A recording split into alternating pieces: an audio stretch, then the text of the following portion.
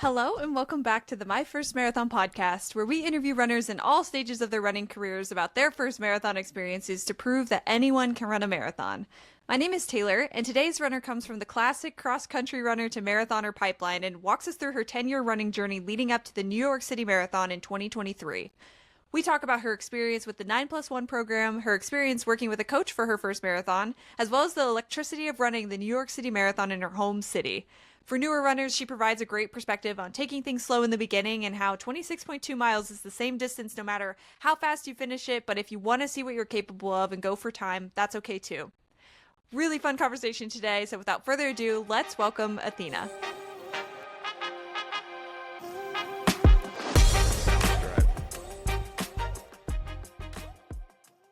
Athina, thank you so much for coming on the show this weekend. I'm excited to break down your journey today. How's your Saturday treating you so far? Good so far. Had a nice relaxing morning, so I'm really excited to talk today. Awesome. Cool. Well, happy to have you. Let's break down from the beginning. How did you get started in the running world in the first place? Yeah, so it started my freshman year of high school back in 2015. I was interested in joining track, cross country, and I had joined the indoor track season, which is the second running season, more like sprint, shorter distance on the track. And when I joined, I had no experience running. I remember my first practice, the coach had us out for a warm up, 10 minutes, and I was like on the verge of tears. Like, I remember being so sore the next day. Yeah. And I started off actually as a sprinter. I ran like 200-meter races, 400-meter races, but honestly, sprinting was not like my best at the time. I was just doing it because I was kind of thrown into it. And then towards the outdoor season, the end of my freshman year, my coaches were like, you should join cross country come sophomore year. It would be great. I think you would be better at long distance or longer distance running compared to sprints. So I tried it out and I ended up loving it. And for the rest of high school, I switched to running the 800-meter and the 400-meter. So that was the start of my, I guess, running career, you could say. In high school. And yeah, cross country became my favorite season. We ran more 4Ks than 5Ks, the courses that we ran, but yeah, that I loved. And then from there, I actually took a break from running in the beginning of college. It was just more like a lazy type thing. Didn't really feel like going out and running. I did join the run club my freshman year of college. And then the pandemic happened, so I went home, didn't really run that much until it came time around my, what was it? I think it was my junior year of college. I was like, oh, I remember I always said I wanted to run a marathon. Like, let's get this started. Sure. When it went from there, I signed up for my first half marathon. Barely trained. It was just walking, a mix of running and walking and stopping. And that was the similar pace for my first 3 half marathons, just like barely trained. Sure. Until I actually signed up for my first marathon and then started to take my training more seriously and have been consistently running for about 2 years now. Okay, very cool. So you had that traditional like track to cross country to marathon runner pipeline. Yes, definitely. Love it. So you said that the marathon was like something that you always wanted to do. When did that idea first come into your mind? Like, how were you introduced to the marathon distance? My track coaches had run marathons and half marathons. I think it was also one of those bucket list things. It might have been an idea since even before I joined the track team. It's like, oh, like it could be one of those fun things to do one day. And once I got into running more in high school, I was like, I could see myself eventually doing this. I enjoy running. And, as an adult, how am I going to stay fit when I don't have an organized sport to kind of join? So I feel like it was always in the back of my mind as like, this is something that I want to do one day.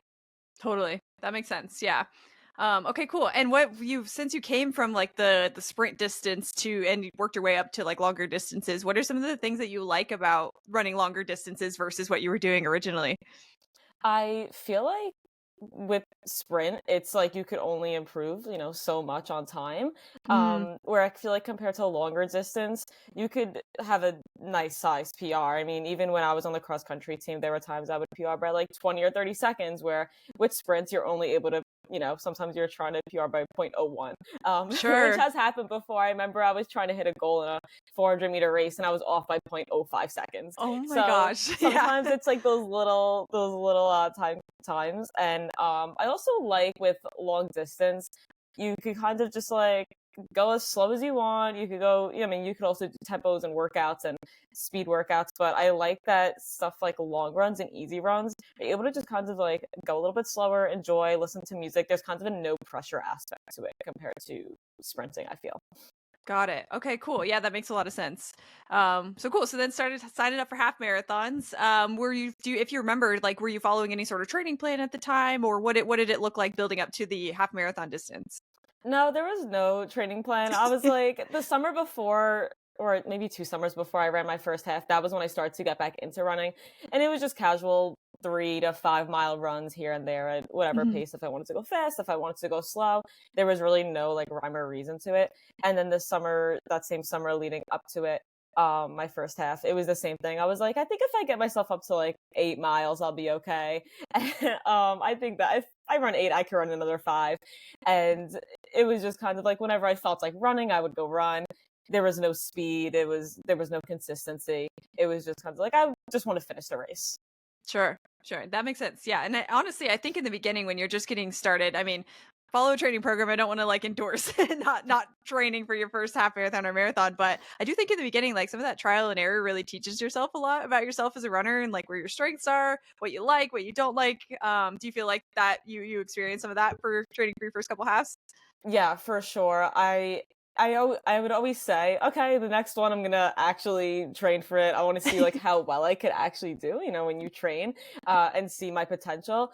But sometimes the same thing would happen. I would sign up last minute, or I would kind of forget about it. Or part of it was hitting the 9+1 for the New York City Marathon. So I was like, Mm, it's just a race to complete to get into the marathon. So that was part of it too. There was no pressure aspect to hit a certain time. totally. Cool. And so New York, obviously that's a big one to run for your first marathon. How did you land on New York? Is that just where you're local, or was there any other reasons why you wanted to run New York as your first? Yeah, I live in New York. I actually live in Staten Island, so it's very convenient for me. Doing 9+1 is how I got into the New York City Marathon. And you just kind of grow up seeing it on. I never actually watched the New York City Marathon, but growing up, I had always watched it on the news, or you hear about it all the time, or people that have run it in the past. So it was kind of the perfect first marathon to do. Yeah. I interviewed someone recently that was kind of talking about the 9+1 program and how it can like really push you into running. Like you go from not running any races to running 10 races all of a sudden within a year. So what was your experience with the 9+1 marathon, I guess, program? I think it's if you live local to New York, I think it's one of the best things you could do, especially if New York City is going to be your first marathon, and especially if you have no experience with running whatsoever, because it gives you that feel of being in a race. Maybe not as big of crowds as the New York City Marathon, and there's less pressure and not as many fluid stations and stuff like that. But I think it gives you a good experience of what it's like to run a race. And I know some people, when they don't have experience running, they kind of jump into the marathon right away. But I feel like the 9+1 race program gives you a good feel of like what is it like to run a 5K, a 10K, maybe a half marathon. You have the options of signing up for races. So if you don't want to run a half marathon, you don't have to. But I think it's a good way to get a feel of what it's like to run in a big race with a lot of people, especially if you've never ran before. For sure. Yeah. Cool. So working your way through that. And what was it like for your first, you ran your first half marathon, but what was it like the first time that you crossed a finish line, like when you were in training for your marathon? Yeah, it's a pretty surreal experience because I guess, like I said before, the marathon is always one of those bucket list things you have in your mind. And I was like, I'm going to be running it. I'm going to be doing this 9+1. And then when you start to complete these races, you're like, it's becoming real now. Like within the next year or so, training's going to become more intense. And I'm really going to be ranking up mileage that I never have had before. So it really becomes this real experience. Like this is happening. Yeah, we're committed to this thing now. Yeah, Cool. definitely.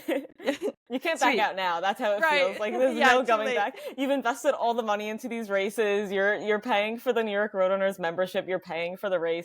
You're investing in like clothes, gels, shoes, so all of that fun stuff. It's like there's no backing out.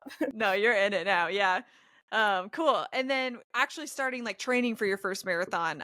Were you following a plan for that, or like following any resources through 9+1? I know they have plans and stuff like that too. Yeah, so I actually hired a running coach. Oh, cool. I figured since, my other training was not working out at all, or training, I guess you could call it, was Yeah. not working out, I think I need to hire a running coach. I feel like it would help me get on track and also just open me up to workouts and plans and different types of things that I wouldn't have thought of before, or even like things to help me improve my running that I would not think of on my own. So I actually still work with the same coach today for all of my races. So I think that definitely helped me a lot. It was probably one of the best decisions I could have made when it comes to like my running journey, starting with the New York City Marathon. That's cool. Yeah, I haven't talked to very many people that hired a coach like for their first marathon. I actually like that you have that perspective. So what do you feel like you learned from taking on a coach when you were like so early on in your marathon journey, so to speak? One of the things that I like and I feel like this that I always need is kind of a schedule or something that'll get me going to run. So I think one of the best things is being on a schedule. I get my workouts every week at the beginning of the week, and I could kind of see um my workouts for the week, my mileage. But what I like is I could customize my training plan with my coach. So Mm, I give him my time goals for my next races and he caters the plan to that. But at the same time, if I'm having an off week or I just need a break, or if I even want to increase what I'm doing, I'm able to speak to him and he could customize my plan for me. And I think that's a good thing too, is that it just opens me up to more customization, flexibility. And when I tell him I need a break or just want like a little bit of more of a slower week, it's like he says, okay, that's fine. It gives more of that motivation. There's less pressure when it's just you creating a plan, I feel like. Where it's yeah. like, I feel like if I was creating my own plan, I'd be like, oh, maybe it's bad that I take an off week or that I need a break. Where I feel like having an extra person outside of just myself is like telling me, yes, that is okay. I think it's good that you need a break for just a week, or we could slow down the mileage that we're doing. I think that also helps, motivate me in training as well. Yeah, no, totally. Yeah, because I think, I hear a lot of first runner experience or first marathoner experiences through training where they don't have that resource and everything is just like chaos. It's like you're trying to make decisions on yourself, you're feeling sick, you're not sure if you miss this run, if you're even going to be able to run the marathon, you get into that like, oh, if I skip one run, I'm toast mindset, Yeah. which is obviously not a healthy mindset to be in. So that makes sense. Just having somebody on your side to like give you confidence, I guess, to make those decisions definitely sounds like it would go a long way. Totally. And I think it's just a good resource overall to have. And, sitting down and creating a training plan, I was doing research beforehand and there's so many different options and ways you can go. And you could do this long run this weekend, or, do a 16 or an 18 mile, or you could do this type of speed workout. But it's like, sometimes you don't know what's going to actually benefit yourself. So when I give my running history to my run coach and give him my time goals, and then he starts to see my times in the workouts, I feel like that helps better. It's like, okay, I know this is tailored to me. I know it's good for me. And you're also, having someone guide you with that as well. For sure. Yeah, cool. So had a coach that you were working with.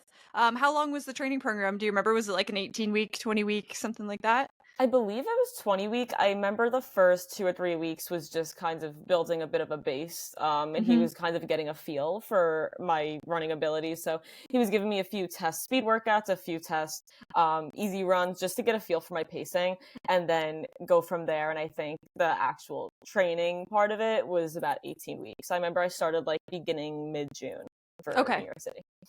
Cool. So training over the summer is no easy task. How was it like getting out there when the humidity's bad and you're having to kind of discipline yourself when you're just building discipline? Like what was that experience like?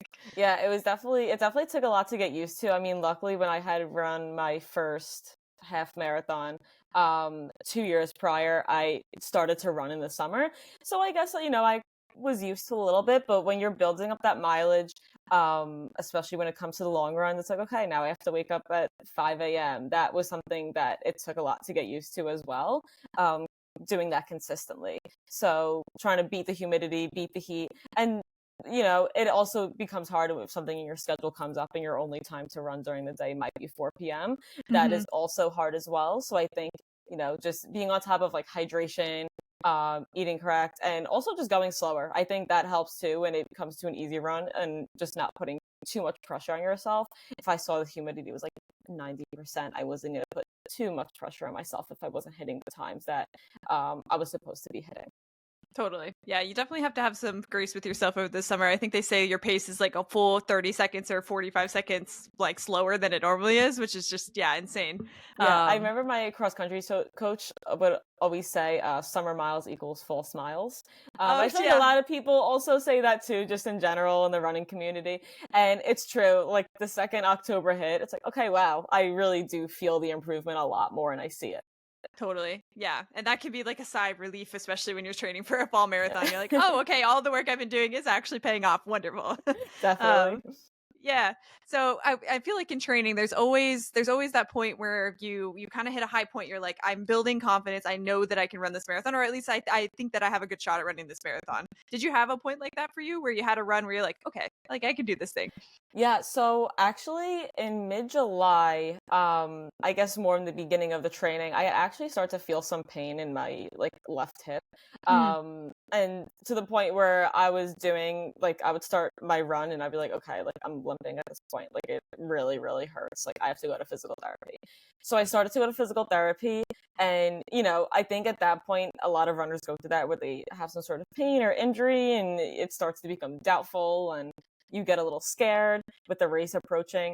But when I went to physical therapy, I think it was by the end of August, I started to feel like way better. Even mid-August, I started to feel better. But I feel like by the end of August, I started to feel really, really good. And I was like, at this point, I know I can hit my goals. I started to see a lot more improvement in my runs. And also, I felt good. I think physical therapy was helping me a ton. And I stuck with it throughout the rest of my training, even though my injury was healed.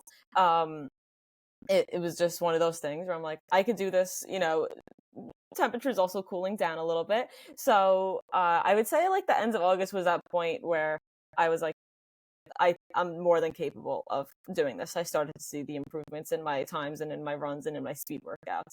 And that really gave me the confidence as well. Cool. Yeah. Did you have like a time goal or anything, or just a goal in general for this marathon, or was it finish? Yeah, my goal was actually to hit under 4 hours. So Okay, I yeah. wasn't going to put a ton of pressure because I know New York City is a really hard marathon. The course itself, it's a very hilly course.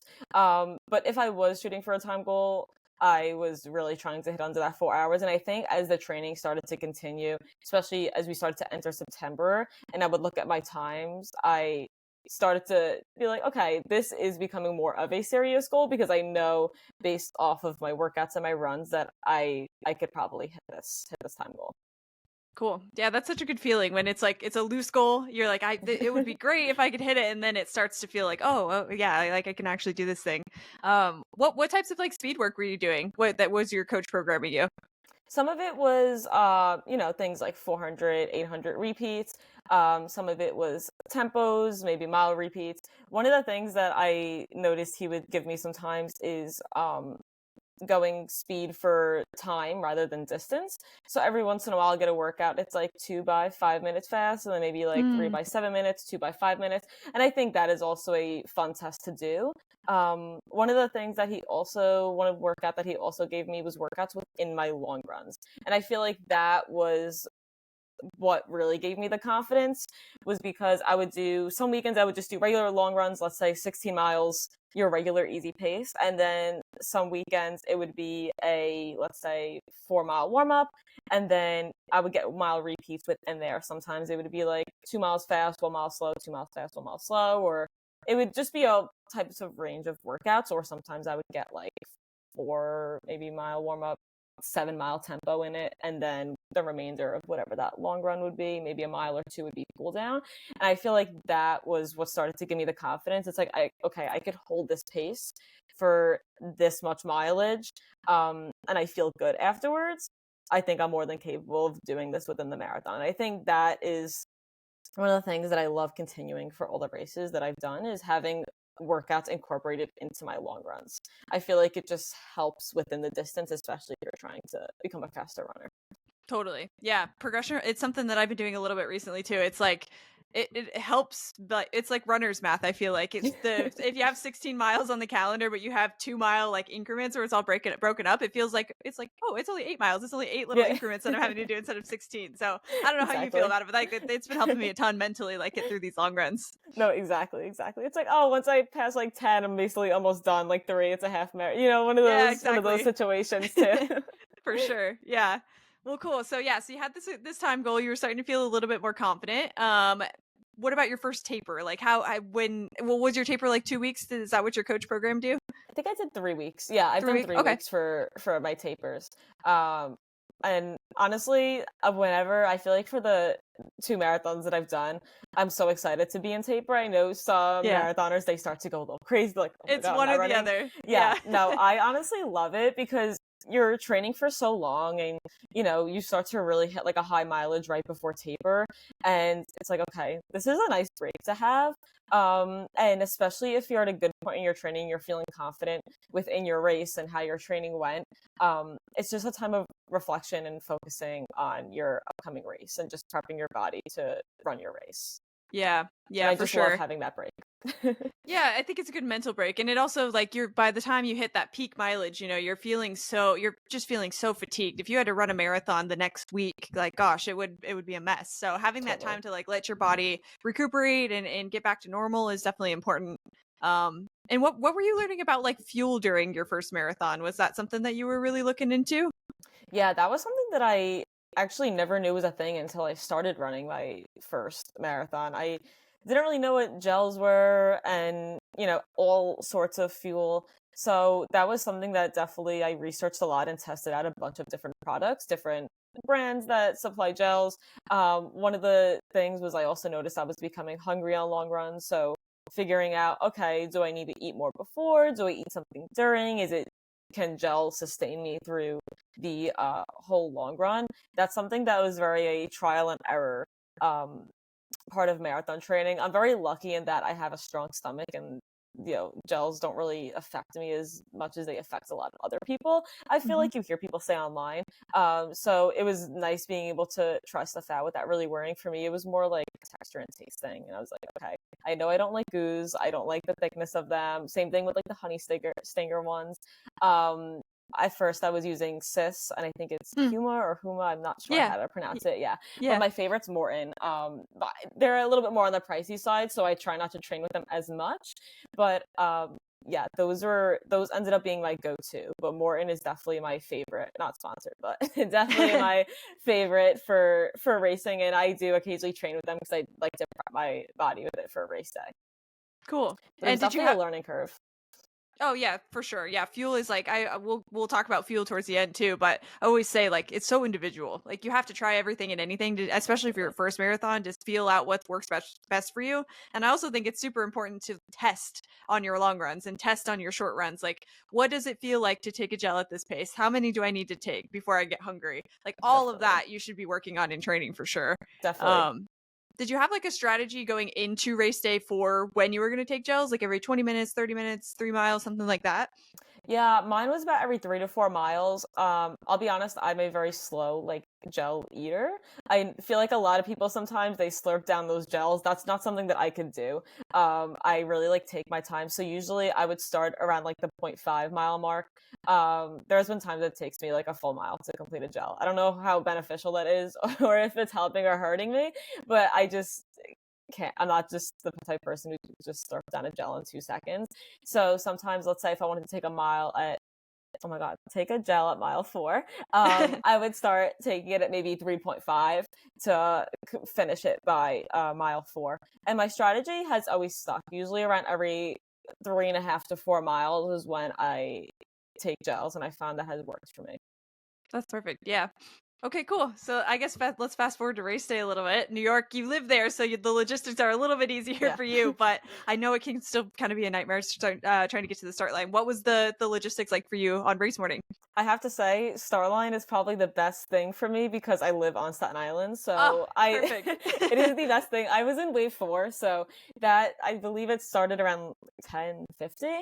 So I woke up at 7 a.m. on marathon day. Like Oh, you were that chilling. is very rare for people to say on New York City Marathon Day. So I really lucked out with that one. My parents drove me to the start line. I got dropped off, and then they headed into the city to go and watch me. So it was perfect timing. I got dropped off. It was a very relaxing morning, looking good. Woke up at 7 a.m., had a regular, breakfast. I had like waffles. And then went to Star Village, and honestly, I was chilling. There was not a lot of stress. Oh, that's great. Yeah, no, that's perfect. I think that's the best way to run a world majors, to just roll out of bed and head to the start line. How were you feeling? Like nerves, excitement? What was going through your head as you were kind of lining up for the start line and getting ready?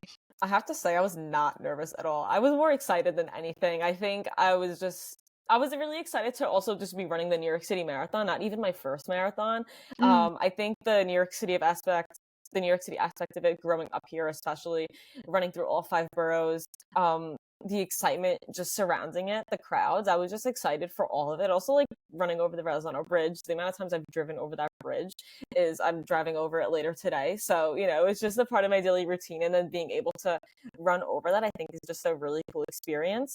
So I would think I was just excited more than anything. I had no nerves going into this race whatsoever. I remember going into the corrals and then, being led up onto the Verrazano Bridge, and I asked someone to take a photo of me, and I was so excited. Yeah, that's good. That's good. So you're feeling pretty good. And backtracking just a little bit before we break down the race, but like, had you watched the New York City Marathon before? Is that something that you had spectated in the past? I've never went in person, but I've always seen it on the news the morning of, and growing up, Channel 7, ABC News, they would always have the New York City Marathon on. So I always grew up watching it. I never knew anyone, at least close to me, that had ran it to go and spectate. So that was the reason why I just never went and watched it in person. But yeah, I always saw it on the news growing up. Gotcha. Cool. So did you have any idea, like I haven't ran New York myself, but I've heard the energy is just like unreal. Did you have any idea at what like scale that was going to be at for New York, or was that all a surprise like as you went through it? I definitely knew New York was going to bring the energy for sure. I mean, they bring the energy with any sort of big event that comes to the city. But one of the things that definitely shocked me the most was going onto First Avenue up to the Queensboro Bridge. I've never heard a crowd so loud before. Like I knew the energy was going to be there, but that was definitely like they brought the energy on First Avenue. I remember like getting an Apple Watch notification saying like, protect your ears, this is too loud. Oh, yeah, that's awesome. So I kind of knew they were going to bring the energy, but like seeing it in person and running the course when everyone's just cheering you on, it's such an amazing feeling. Totally. Yeah.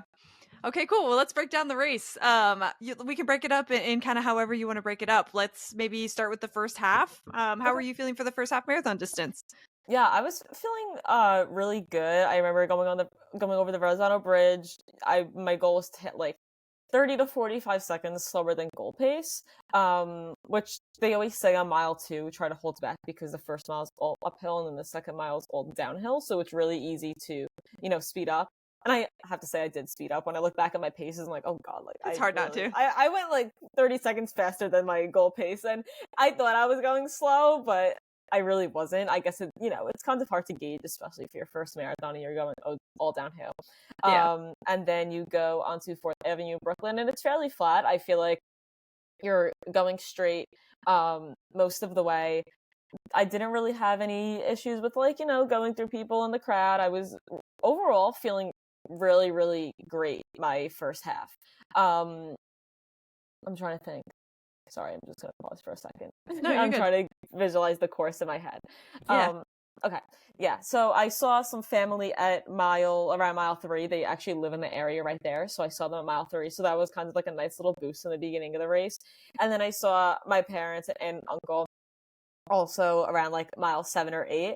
And then you start to enter Williamsburg, and Williamsburg was a really, really fun area to enter. There's a lot of young people, there's a lot of partying going on. So I feel like the crowds had really picked up around that point. And you're starting to go into mile 8, 9, 10. And then up into the first half, you hit the Pulaski Bridge around mile 13. And that I was feeling great. I think I hit like my half marathon time only like 4 or 5 minutes off my PR, and that was my goal. I was like, if I could finish the first half in under 2 hours, I believe I finished it within like 1:57, 1:56 around there. I can't remember exactly. I know I'm on pace to finish on time, and I was overall feeling great. Like there was no issues, no pain. gels were working well in my favor. The crowds were great. So I was feeling really confident within the first half. I remember I had like my friends texting me and I was getting the notifications and I'm texting back like as I'm running. I'm like, this is so much fun. Like I'm doing so good. Yeah. But yeah, I was really feeling great the first half.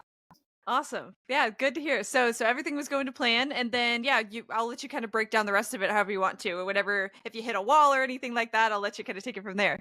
Yeah, so Pulaski Bridge is mile 13, and it's funny because 2 weeks before, I've never been to that area before, but 2 weeks before I had to go that way for work, and I was driving over, and I was like, I think I'm running over this bridge for the New York City Marathon, and I looked, and I was like, oh wow, I am, and it's a pretty steep hill. It's not a long hill, but it's a pretty steep hill. So I was like, oh, another hill added to the list that I was not prepared for. But it honestly was not bad. Like I felt like my training had really paid off for, one of the first big hills of the race at mile 13. And what I loved is at the top of the Pulaski Bridge, there were photographers sitting in the middle. There were people running on each side of the bridge. And there were photographers sitting in the middle. And I have one of my favorite running pictures that was ever taken of me.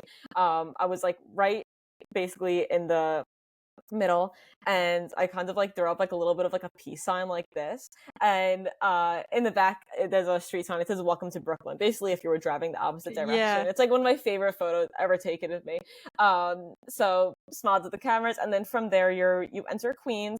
Queens, I have to say, was a little bit more quiet at some parts, and Queens you're not in there for a long period of time, so it's more of like, okay, get to the Queensboro Bridge. Get to the Queensboro Bridge, you're around mile 15. And I feel like this was the one part of the race we hear a lot of people talk about. And, there's no crowds. It's probably one of the only parts of the race besides the start of the race where there is no crowds. And it's definitely a harder part of the race than the first mile on the Verrazano. So I went onto it, and honestly, I felt really, really good. I'll get to a part later where I feel like a lot more people should talk about the New York City Marathon that is harder, in my opinion, than the Queensboro Bridge. Personally, I felt great. I think it's a good time to just reevaluate.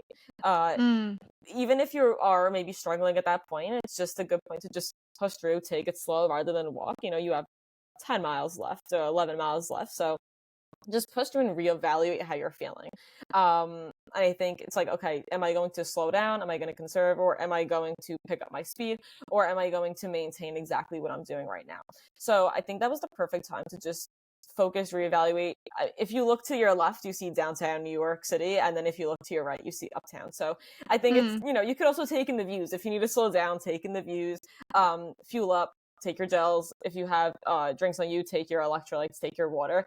And honestly, personally, I was feeling great. Towards the end of the Queensboro Bridge, that's when you start to hear, I like to say, I call it the roars of First Avenue, because that's how loud it was. And I was so excited to be entering First Avenue. So you come off, you do a little loop, you go into First Avenue, and the energy, it's just electric. That was the second point of where my family had met me on the course. So said hi to them maybe around, probably as you're nearing the 80s. I saw some few other friends and people that I know that were spectating on the course and all along First Avenue. So the energy was really so much fun leading up to the Bronx. And that's a point where it definitely becomes a harder part of the race because you're nearing the higher mileage of 17, 18, 19. But the energy really, really carried me through during that point of the race. And by the time I had entered the Bronx around mile 20, that's when I started to feel it.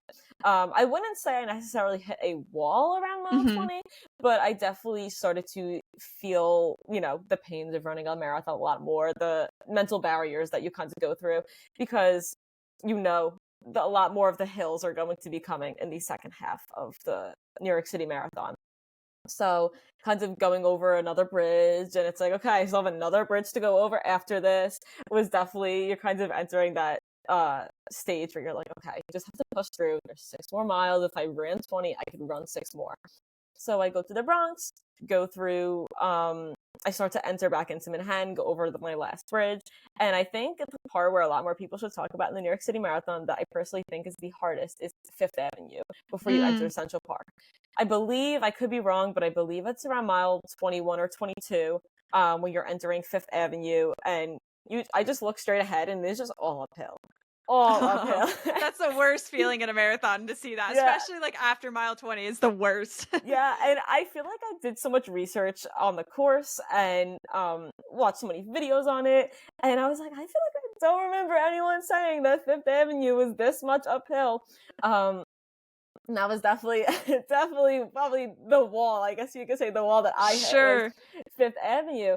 And oh, I just remember being in so much pain. I was so tired, and I keep looking at my watch. I'm like, I know if I keep this, I can hit my sub 4 hour goal. And I was so tired. I was really pushing through. And then I hit probably like halfway through. Probably about halfway through Fifth Avenue, and all of a sudden I hear people cheering my name, and it is my high school running coaches who are running the New York City Marathon. And I had saw them on First Avenue, and I said hi, but I didn't know they were on Fifth Avenue as well. I didn't know they crossed over a few blocks, because I was texting people. They were like, oh, I'm on 76th, and I would just look out for them on the street signs or something. So Yeah. I didn't know they were there, and I feel like they were recording me. They literally jumped onto the course with me, and they were running for like probably not even like 15 seconds. They're like, "You're doing so good. You could do it." And it was a funny video, and I'm like, "I'm in so much pain. It hurts so bad. It hurts so bad." Because I really was in so much pain. But at the Yeah. same time, that was such a nice motivation to have. It was like, my running coaches were there. They were cheering me on, and they were like, "You're doing so good. You're going to hit 4 hours. You're going to hit 4 hours," because they're tracking me on the apps. So that was really the best push I could have ever gotten the whole entire race. And then you go into Central Park, and honestly, I don't know if it was just the excitement of entering Central Park around mile 24 and you're almost done with the race. I don't know, or maybe the crowds, but I don't know what happened, but I started to feel great. Something happened there. I was The like, adrenaline came back. yeah, exactly. I'm almost done with the race. So mile 24, I feel like if there were rolling hills in Central Park, like I honestly probably don't remember them. It was really a blur. I felt more downhill than uphill, in my opinion, but it could have been the excitement of the race and the adrenaline. And I have to say, it was definitely an interesting part of the marathon, because I had learned from one of my friends that people started to jump some of the barricades to see their family and friends. So the crowd, I was like, why are the crowds like so tight? Oh, And yeah. like, I mean, you were barely able to fit like 4 runners across, maybe 5, like at most. So, that's a point where people are walking, people are in pain. So that point I was doing a lot more of like dodging and weaving, but it was also a little bit like, this is very interesting. I feel like this isn't okay, but I had learned from my friend that, people get excited. They're trying to like see their family and friends. And I feel like that was probably the biggest challenge of entering Central Park, was just the crowds closing in, and also the amount of runners that are trying to get through this course. There was just not enough room. Gotcha. Yeah. So even though I was super excited, I feel like that was also a challenge. It's like, I just want to finish, but you don't want to get in anyone's way. You're not trying to, get hurt or hurt someone else. So, Central Park was super fun. Turn onto Central Park South, and at that point, you're basically done. And I saw my family and friends. That was the last point that my family was waiting for me. They had like my faces and the signs, so it became really easy for me to spot them. And at that point, I'm like, okay, like it's now or never. Like I have to go. I look at my watch, and I'm nearing the 4 hour mark. Like I have to go. So I really just gave it my all at the end. You make that last turn, you're leaving Central Park South, and then you re-enter Central Park, and it felt like a sprint finish. Like seriously, like whatever came into me, I truly, like they say, finish on empty. Like I just gave whatever left that I had in me to finish that race. That I looked at my phone, because I had the New York City Marathon app notifications turned on my phone, and it said I finished in 3 hours, 58 minutes, and 56 Oh, let's seconds. go. So You made I it. had like just hit it. Yeah. I was so excited. I mean, finishing the race, the final crowds, and that like last I think 200 meters of the New York City Marathon is uphill in Central Park, but I really did not even feel it. I was just so excited to be finished in the New York City Marathon, and also trying to hit the time that I wanted to hit. And I finished the race, and I started crying. And for me, that's something that does not happen like often. I'm not someone that like gets emotional over like events like that, or is the type of person to like really cry when something like that happens. But literally, they put the medal on me, and I was like, I started crying. I was like, wow, like I did it. I finished the New York City Marathon. It's something that I spoke about for so long and spent so much time training for, and it's like, wow, I did it, and I hit my goal, and it was like one of the best feelings ever. Totally. Yeah, I get chills every single time somebody talks about like accomplishing the goal that they set out for, because it is just such a it's not a feeling that you can describe to anybody else. No, it really is not. I say it's the best No, day of my life. Like, I think it will always go down as one of the best days of my life because it totally. really was that. Like, I think even if I didn't hit my goal, it still would have gone down as one of the best days of my life, just because it's something that you work for so long, and seeing like all your family and friends out there to cheer you on, and the whole city's out there to cheer you on, and also growing up in New York, it just adds that extra element of something that's just like special. So truly, Totally. like, one of the best days of my life. Yeah, that's I love it. So, yeah, so I guess this is going to sound really cheesy. I know a lot of people say this, but they talk about the marathon as being like a celebration of all of the training that you put in, and it sounds like for you that's exactly what that race was it was just a big like celebration. You didn't really hit a wall. You had a couple tough moments that you had to break through, but for the most part it was just you and making it through the New York City Marathon. So what do you feel like, if you could break it down to like one or two things, what do you feel like you learned about yourself training for and then running the New York City Marathon? Yeah, I feel like marathon training in general, I mean, obviously New York City, but it just proves you're able to prove to yourself what you're capable of, and your potential. And I feel like that was that. I mean, thinking back to my early running career in high school, um, compared to my marathon training, I mean, I ran fast. I ran the New York City marathon at a pace that sometimes I wasn't even able to handle when I would run cross country in high school. And part of that was, being a teenage girl with a bunch of other teenage girls on a track team, and we just encourage each other, and we don't, really want to do the workout after school. But um, just I never would have thought that I would be able to run um, to the ability that I'm running to now, and that I did at the New York City Marathon ever. So it really is just proving to yourself that you're capable of doing so much more than you think. Absolutely. Yeah. Very cool. So that was the first marathon experience. I love it. And then from there, I know that you've ran a second marathon, and you ran your second marathon in Chicago, so went for another world major. Were you immediately thinking after New York City, like, I'm signing up for another one, let's run this thing back? Or how did that thought kind of enter your mind? Yeah, so before actually discovered the world's majors, even back in my early track and field career, same thing as the marathon, one of those bucket list items, and you kind of forget about it. And then when it came time for the New York City Marathon, I was like, oh, the world's majors. I remember, discovering this a few years ago. So I remember saying, I better enjoy running the New York City Marathon because I want to complete the world's majors. I'm the type of person that just likes to set goals and go after them and accomplish them. So um and it's what it, setting goals like that, and even just setting a goal such as like running a marathon, it gives you the motivation to do it as well. So I was like, okay, I want to run the majors one day.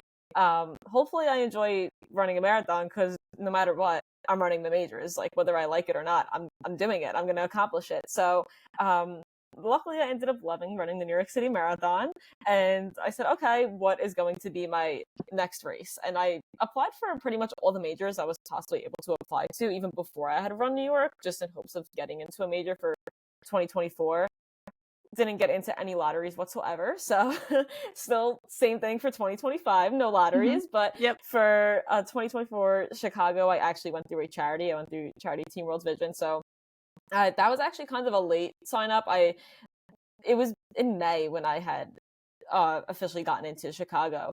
So I kind of given up all hope in running world's major or marathon in 2024. I was just going to do maybe like a bunch of halves, see if I could get my time down, maintain training. Um, and then I had the opportunity to sign up for this charity, and I was like, I'm going to do it. We're going to run another major this year. I know I can. Like, I want to have a chance at PRing again. So yeah, I ended up doing Chicago, and that was a great experience as well. I loved it. Yeah, what do you think are some things that changed for you from New York City to Chicago, if anything? Like, what are some adjustments that you made or things that you wanted to work on to hit that new PR? Yeah, I think after New York City, I definitely overall just felt myself getting faster in general. I had run a half marathon in May, the Brooklyn half. I'd run that one a few times, and I just kept PRing. I had PR'd, I ran a half marathon right before the New York City Marathon. I ran the Staten Island half. I ran a 1:52, and then I ran a 1:44:59, so about like a Wow. 1:45 Yeah. in the Brooklyn half. And overall, I just felt myself getting faster, and I wanted to keep that. I didn't want to lose it. I definitely enjoy like PRing and seeing myself getting faster and setting goals for myself and being able to achieve them. So with Chicago, it was like, I want to PR. I know I'm getting faster. Let's push myself. Let's see how much further I can push. And I feel like in between New York and Chicago, New York was more, I wouldn't say it was a trial and error, but it was more of just like figuring out what works best for me in long distance running in all aspects, whether that's fueling or the running itself and the training, where I feel like after New York, I had learned a lot and I was able to carry that over to Chicago. And I'm still learning to this day about like my running abilities and what works for me and what's best for me. But I feel like there was a different sort of like shift in the training, because it's like, okay, I already ran a first marathon. I know what I'm capable of. I know I'm capable of finishing a marathon. It's like, okay, now let's push, but let's not forget everything that we had learned when I ran New York. Totally. Yeah. And what were some of those things that you felt like you learned? Like, I know there's probably, the list could probably be like 20 things deep, but like if maybe you broke it down to a couple of things, what were some of those things that you learned as yourself as a runner in New York that you took to Chicago? Yeah, I think one of the most important things, I speak about this with my physical therapist a lot, is taking care of your body outside of running. When Mm, I had started my, running career back in my high school days, we would just do a few stretches and we were able to get by because we were running 2-3 mile races. Where with marathon training, you can't do that. Even with Chicago, I struggled. I was having some like calf issues during training, so I went back to physical therapy, and I learned that a lot of my issues result in my hip. I do have kyphosis, which is like the curve of your upper spine, mm, which goes down to my back. Like pretty much like my back and my hips are, you know, take a lot of toll on them, especially when it mhm. comes to marathon training. The constant hitting of the ground, that's going to affect your hips, which is going to affect my back as well. So, keeping a good running form is something that is very important for me when running. And also just like taking care of my back and my hips, because that is where a lot of the problems start, even if something else is hurting me. So, in the past, I've dealt with IT band issues, which is a Mm, result of an issue in my hips. Um, Same thing, like, New York City marathon training, I had an issue in my hip. And then when it came to Chicago, I had an issue with my calves, but part of it has to do with an imbalance in my hips, which also kind of has to do with my back issues. So I wouldn't say that it affects, like my back doesn't affect me too much when I'm running. It doesn't like hinder anything. But it's more of like I have to be on top of it and really take care of myself. And whether that's stretching and strengthening and doing single leg strength, um, definitely I definitely need to be on top of that if I want to improve and also continue to not get injured. And one of the things I also learned through my physical therapist as well is how important single leg strength is. oh, for Um, sure. yeah, Yeah. I that was something that I guess I never really thought of. It's like when you are running, you're pretty much only using one leg at a time, Right. which is something that I never thought about. So I think some of those, just like whether you want to call it yoga or stretches and different strength techniques, specifically for single leg, have helped me a lot. I think that is one of the things that have helped me a ton when it comes to just keeping myself in shape and injury free and just preventing any future injuries, especially knowing that I have a lot of more issues that are caused in my hips.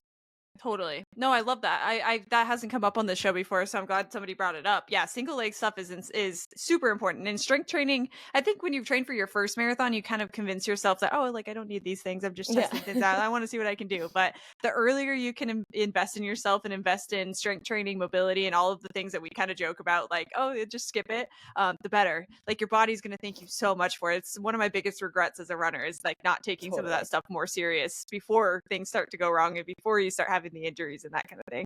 Totally. And I think it's a lot more than stretching too. I think I Yes. would always think, okay, I'm gonna touch my toes and do some calf stretches and quad stretches and whatever other stretches I could do, hamstring stretches. It's a lot more than stretching. Part of it has to do, and it's not even strength in terms of like lifting weights. Sometimes it's just like using your own body. So squats, resistance bands, clamshells, all things like that make your legs overall stronger, but also just get your muscles in your legs and your hips and your body to where they need to be, and just keep them conditioned and strong enough to carry you through long runs and speed workouts without destroying your muscles. Absolutely.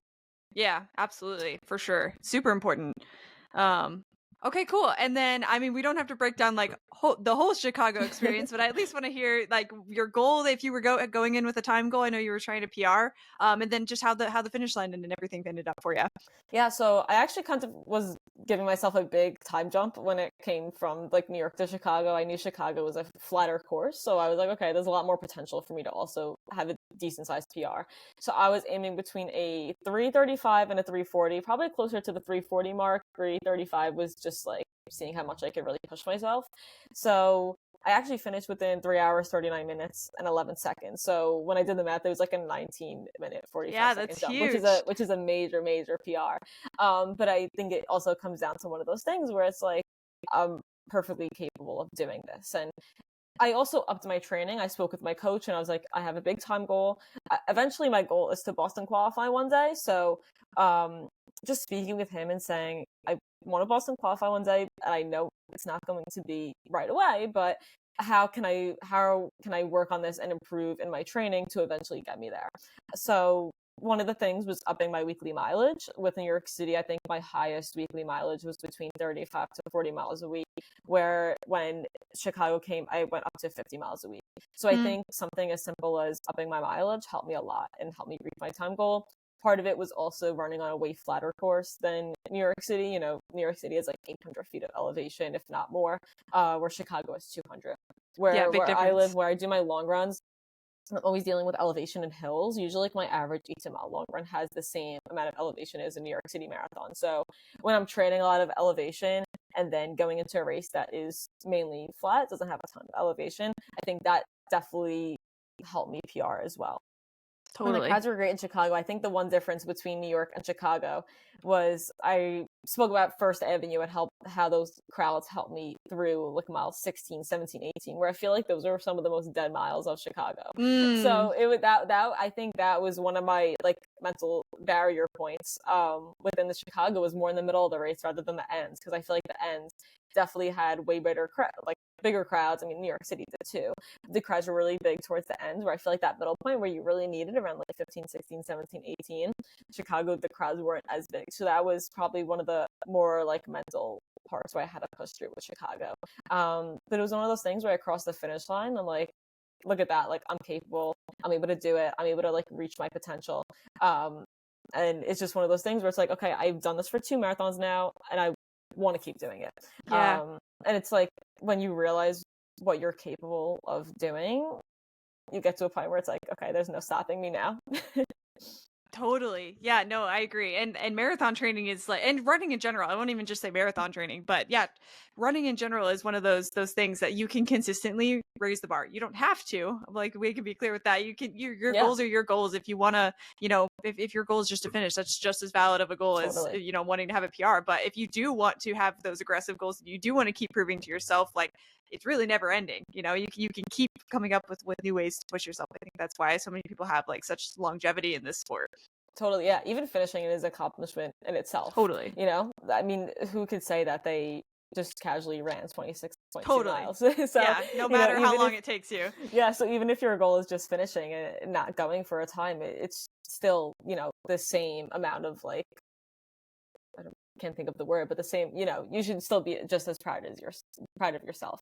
And I've had those races too. After Chicago, I ran the Philly half, and I was like, if I PR, it's not the biggest deal. I'm just doing this for fun, just to see what it's like to run another race. And I didn't PR. I wasn't really putting the pressure on myself too. So, um, it's the same exact thing. If you don't PR, don't beat yourself up because you still went through all of the training, you still put in all of the hard work, and anything could happen on race day, anything can go wrong. So it has nothing to do with you. There's so many outside aspects that can affect your race. So, just finishing the race alone in itself is such an accomplishment. Absolutely. Yeah. Well, cool. I guess kind of on that note too, I always like to ask like for some new runner advice at the end. Something that if you're thinking about somebody that's thinking about running their first marathon, what's advice that you'd offer somebody like that? Oh, I love this. I always say go for time rather than distance. So if you're just getting into running, I've never ran before, don't put pressure on yourself to run a mile or 2 miles or 3 miles. I always say like start off with maybe 5 or 10 minutes, whatever you're capable of. Like maybe it's 5 minutes. Start off with 5 and keep running 5 minutes for a certain amount of time until you're like, maybe I could go up to 7 or 8 or 10 and build from there. And maybe I could run for 30 minutes within a few months. And then as you start to progress, maybe you could say, okay, maybe within 30 minutes, I have been running 3 miles-ish, 3.5 miles, let's say. Can I get faster? Maybe can I run yeah, I guess that makes sense. Let's see if I could get faster. So I think that is one of the biggest tips I give is like go by time first rather than distance. And then once you see what you're running within that time frame, maybe see if you could get faster from there. I think it's less of a mental barrier when you're going for time rather than distance. I feel like a lot of people put pressure on themselves to build up in distance because that is something that you do when you're marathon training. You're saying, okay, I'm going to do a 14-mile long run, then a 16, then an 18, and a 20. Whatever it may be.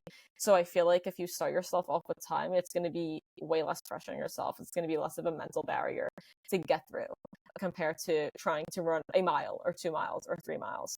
So definitely go for time and there's no pressure. And then from there, when you're feeling confident, go to see how many miles you can run within that time. Totally. I love that. Yeah, like build a base first. Don't go straight into it thinking, Totally. oh, I have to run a marathon tomorrow. Nobody does that. So the slower you can start, the more you can just like learn about yourself in the beginning, the better. I think that's great. Totally. Well, cool. And then last couple of questions I have for you are just more fun questions. You kind of already answered one of them earlier about fuel. I'll give the disclaimer again. Fuel is so individual. We're going to talk about shoes too. That is so individual. Please do your own thing. Go get your feet measured. Go test out all the gels that you can, all that good stuff. But for you, I know you like Morton. Is there any other gels besides like Morton Cis and Huma that you really liked through training? Honestly, I feel like there's still a bunch that I need to try. Right now, I'm comfortable with what I use. I mean, I've had friends that are also runners and they use all different types of gels as well. And, we'll kind of text and compare and I give them my advice and then they'll tell me what they like.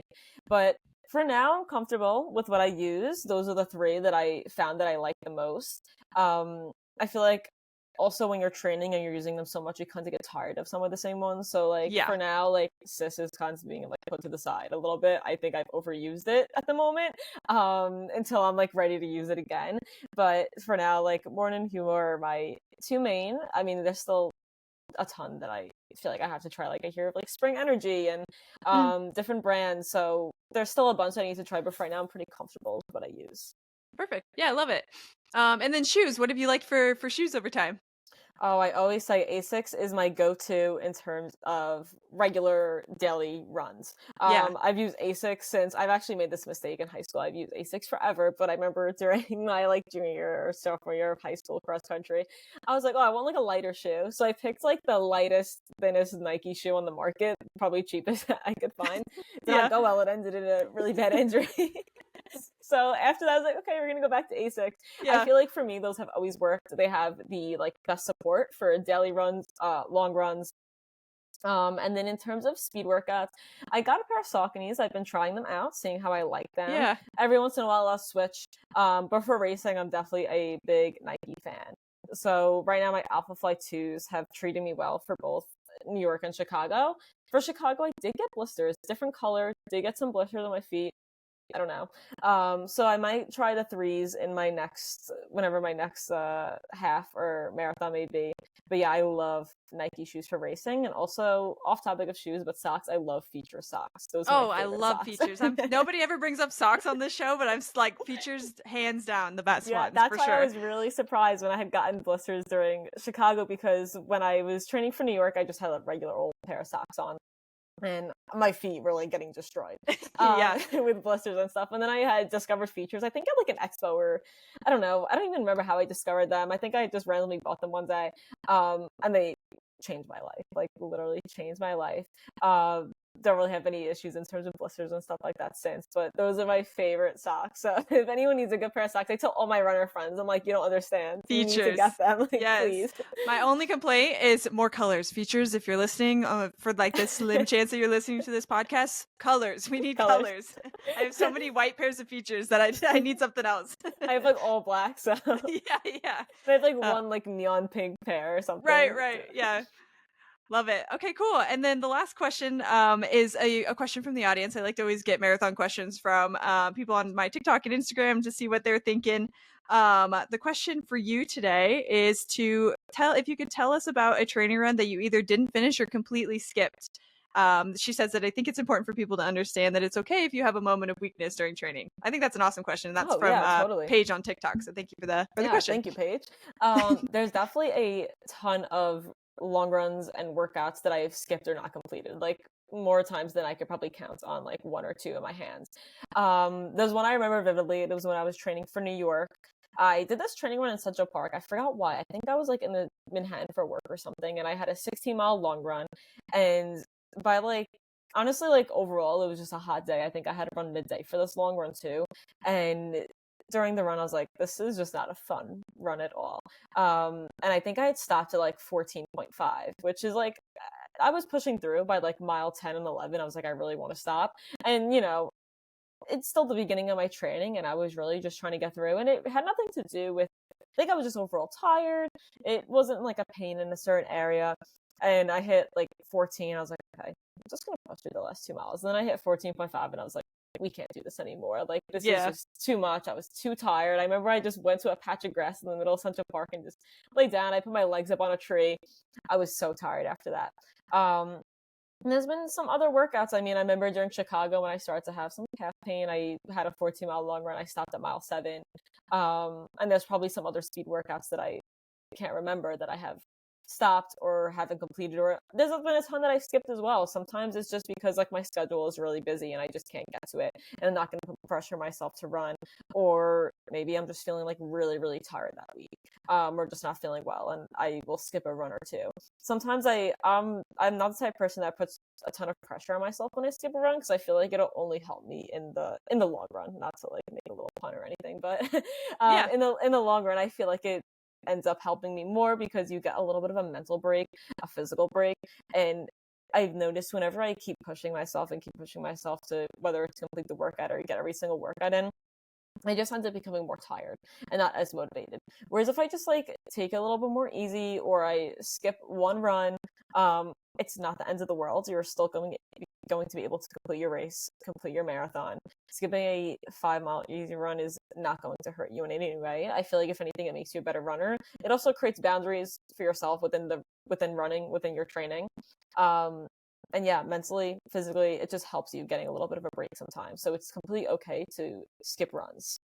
Totally. Yeah, I think that there's definitely a point of like diminishing returns when you're forcing yourself to do something that you're physically either not capable of doing, or you're just mentally not there yet. I think that like you said, taking that step back sometimes can end up being more fruitful for you. I actually posted something, not to like go on a whole tangent here, but I posted something on my personal TikTok the other day just because I'm going through like a little bit of an injury, just kind of asking people what their experience is with taking a full week off during a marathon block.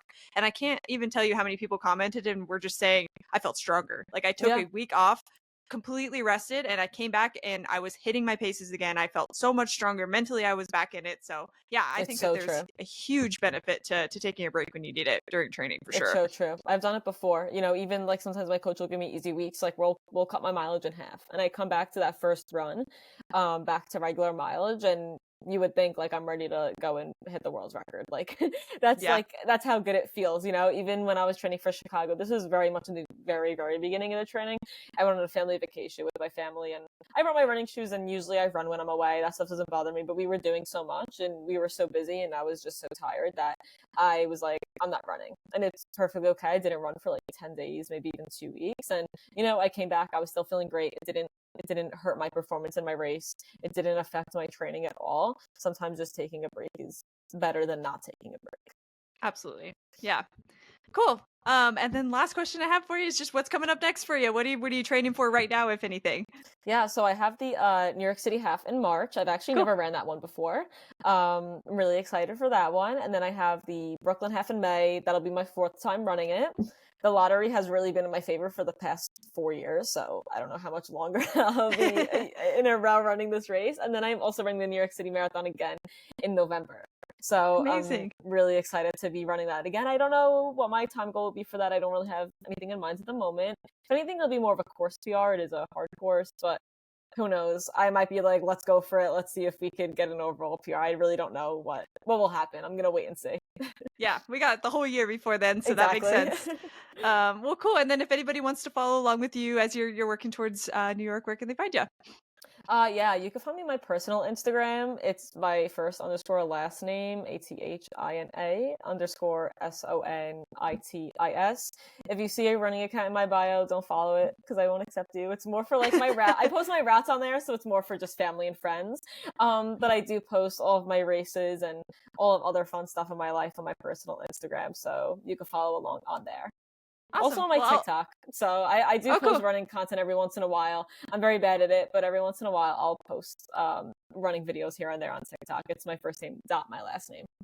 Perfect. Well, yeah, I'll make sure to link both so that everybody can see it as well. But Perfect. Thank you so much for walking through your journey. This was awesome. I'm really excited you get to run it back in New York again this year. Excited to see how that race turns out for you. But yeah, just thanks again for coming on and talking to us today. Thank you so much. This is great. I had a great time. Thank you so much for tuning into another episode. If you're enjoying My First Marathon, it would mean the world to me if you could rate and review the show. As a reminder, check out myfirstmarathonpodcast.com for free resources, and if you can't get enough MFM for $5 a month, you can also get access to extended episodes, bonus content, and a Q&A corner featuring some of our most popular guests. Check out the exclusives tab on the website for more information. Thanks again for listening, and we'll see you on the next one.